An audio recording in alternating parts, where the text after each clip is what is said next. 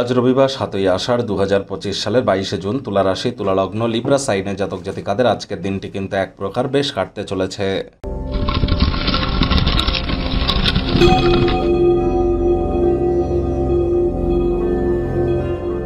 ভিডিওটির শুরুতেই আপনারা দেখতে পাচ্ছেন নবগ্রহ বীজমন্ত্র। পারলে ৯টি গ্রহকেই শান্ত রাখবার জন্য এই নবগ্রহ বীজমন্ত্র ১০৮ বার করে জপ করুন। এটি আপনাদেরকে অত্যন্ত উপকৃত করতে চলেছে। একই সাথে ৯টি গ্রহকে শান্ত রাখতে চলেছেন। এর থেকে বেটার কিন্তু আর কিছু হতেই পারে না। বন্ধুরা, অম্বুবাচীর হার্দিক শুভেচ্ছা অভিনন্দন আপনাদের সকলকে রাজযোগ চ্যানেলের তরফ থেকে জানাবো। আজ থেকেই শুরু হয়ে গেল অম্বুবাচী। আর এই অম্বুবাচীর সময় কোনো প্রকার শুভকর্ম কিন্তু নিষিদ্ধ, কারণ এ সময় ধরিত্রী মাতার ঋতুমতী হয়ে থাকেন। এ সময় বিশেষ করে নতুন কোনো বৃক্ষরোপণ, নতুন চাষবাস বা কোনো প্রকার গৃহপ্রবেশ, বিবাহ, নামকরণ, উপনয়ন, অন্নপ্রাশন এগুলি করা থেকে বিরত থাকতে হবে। হ্যাঁ, রথযাত্রা হতেই পারে, তবে যারা কালী, দুর্গা, জগদ্ধাত্রী, চণ্ডী, শীতলা দেবীর পুজো করেন তাদের মূর্তি, পটকে লাল কাপড় দিয়ে ঢেকে রাখতে হয়।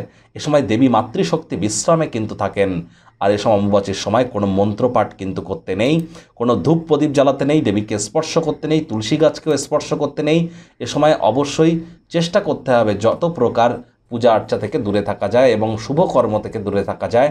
তবে হ্যাঁ, এ সময় গুরু যাদের দীক্ষিত আছেন, গুরুদেব যদি আপনাকে কোনো মন্ত্র দিয়ে থাকেন সেটি আপনারা করতেই পারেন, ইষ্টমন্ত্র জপ করতেই পারেন, এখানে কোনো প্রবলেম কিন্তু নেই।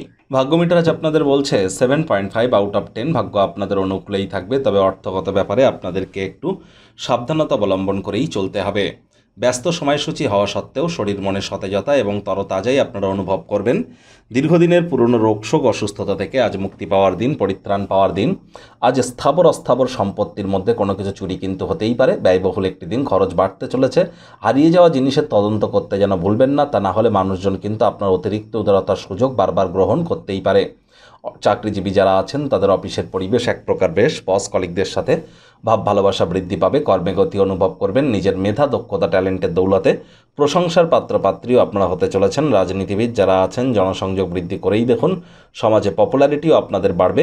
শিক্ষার্থী বিদ্যার্থীদের যে কোনো প্রকার পরীক্ষা প্রতিযোগিতায় সফলতা কিন্তু এক প্রকার নিশ্চিত। উচ্চশিক্ষার জন্য যারা বিদেশ যাত্রার কথা ভাবছিলেন, ভাগ্যদেবীও আজ আপনাদের পক্ষেই আছেন। সন্তান সন্ততি থেকে থাকলে তারাও তাদের কৃতিত্বের দ্বারা আপনাদেরকে গর্বিত অনুভব করাবে। হাউস ওয়াইফদের জন্য দিনটি এক প্রকার বেশ। প্রেমিক প্রেমিকা, স্বামী স্ত্রী, না ভাব ভালোবাসা, রোম্যান্স, না তর্ক বিতর্ক, অশান্তি, কোনোটাতেই বাড়াবাড়ি যেন করবেন না। অন্যান্য দিনের ন্যায় আজকের দিনটিকে সাধারণ হিসাবে ট্রিট করবার আপ্রাণ প্রচেষ্টা করুন। আজ আপনি পরিবারের বাইরে গিয়ে বন্ধুবান্ধবদের সাথে কোনো রেস্তোরাঁয় লাঞ্চ কিন্তু আপনারা করতেই পারেন। যদিও এটি কিছুটা হলেও ব্যয়বহুল হবে, তবে তৎসত্ত্বেও কিন্তু মেন্টালি রিলিফ আপনারা কিন্তু পাবেন, মানসিক শান্তি পাবেন। কাছের মানুষজনদের সাথে আজ খোলামেলা কথা বলুন, হৃদয়কে পরিষ্কার করে কথা বলার চেষ্টা করুন।